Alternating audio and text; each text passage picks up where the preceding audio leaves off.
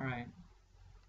Hi, my name is Joshua Garlick, and this is my response on a video about a video I watched called Time for School 3, Part 1. It was a video published by PBS, and I just wanted to get comment a little bit about this program, some of my thoughts about what they talked about. Talked about the lives of a couple different children in a couple different, very different circumstances, environments, countries, nations.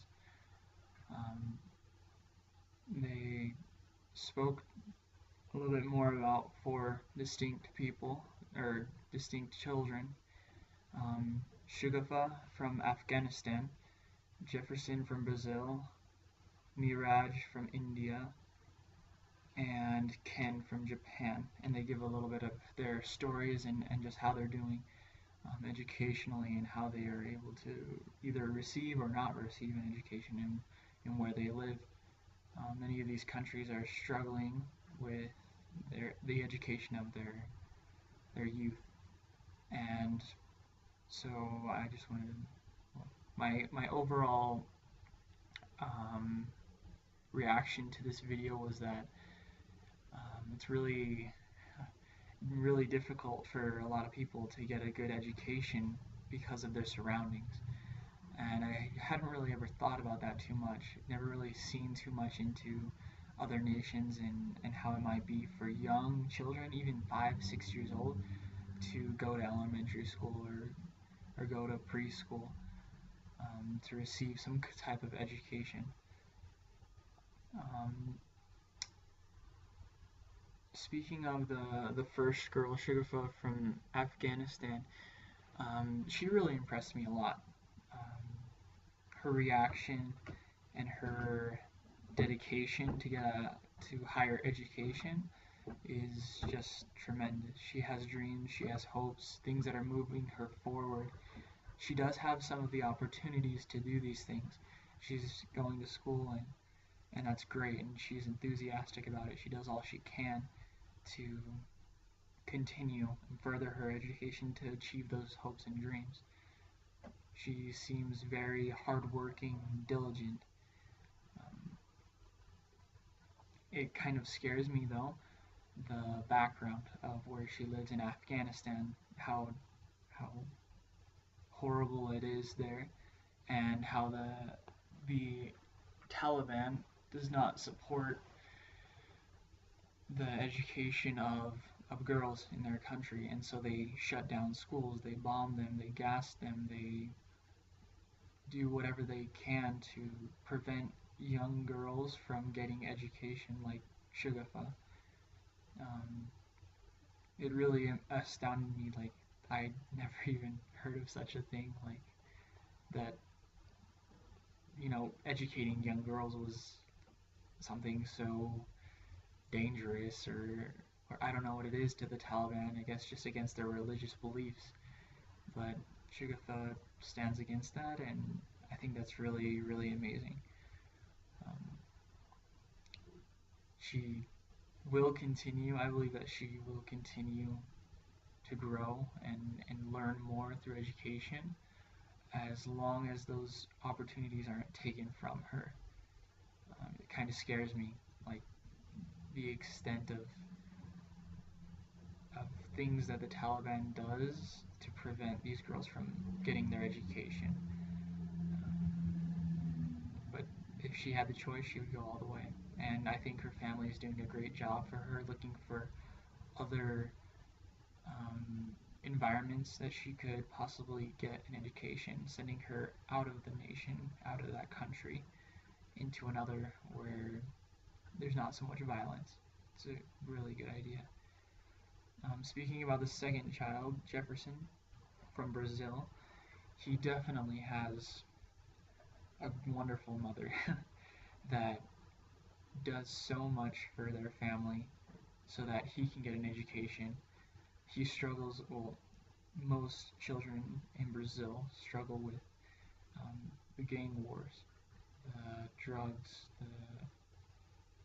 the violence there. And so I believe Jefferson's mother has a lot to do with his success. Just keeping him busy and occupied off the streets, like it said in the video, so that he can receive an education and fulfill his dreams. He has hopes and he has dreams, which are what motivate him, although his surroundings are destructive.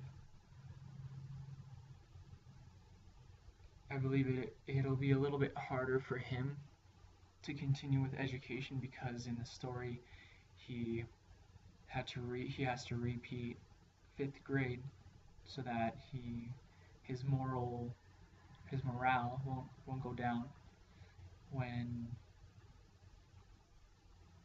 he has to move on to the next grade, because he has to be in a class that's about his same age so that he won't get involved in drugs and such. They're taking a lot of preventative measures to keep Jefferson in school, and I just hope that he can do it. That his incentives, that his hopes and his dreams are enough to keep him from dropping out and becoming a druggie, selling it, dying, I don't know. So yeah, two very extreme conditions in Afghanistan and Brazil, just trying to get an education. Then there's Neeraj from India. This is one that I kind of had a problem with because I didn't like the family's outlook on education. That's the one thing the difference that I saw in Neeraj is that she did have the desire to continue in education, but her parents didn't. She tried her best and was kind of thrown off by all the stay-at-home homework that she had to do, her chores and such, because of her family. And so, kind of because of her family, she won't be able to continue getting a career or being educated. She's definitely lost the desire, the drive to continue studying because she dropped back, because she was held back by her family, because they don't see education as something necessary in their country. It's just the homework, you get married, you live a happy life with the goats forever. And so it's kind of tradition versus school. Opportunities are limited in India, but they are there. I just believe that it's many of the older generation's problem, that they don't see education as something substantial. And her having passed through a lot of problems, she dropped back in her studies and wasn't able to catch back up and probably never will. The last child's name is Ken. Ken seems pretty cool. He does have a lot of educational opportunities. He's one of the best educational programs in the world, and has the drive to do so. His family, his parents have the motivational push in his life to help him get an education. He wants it.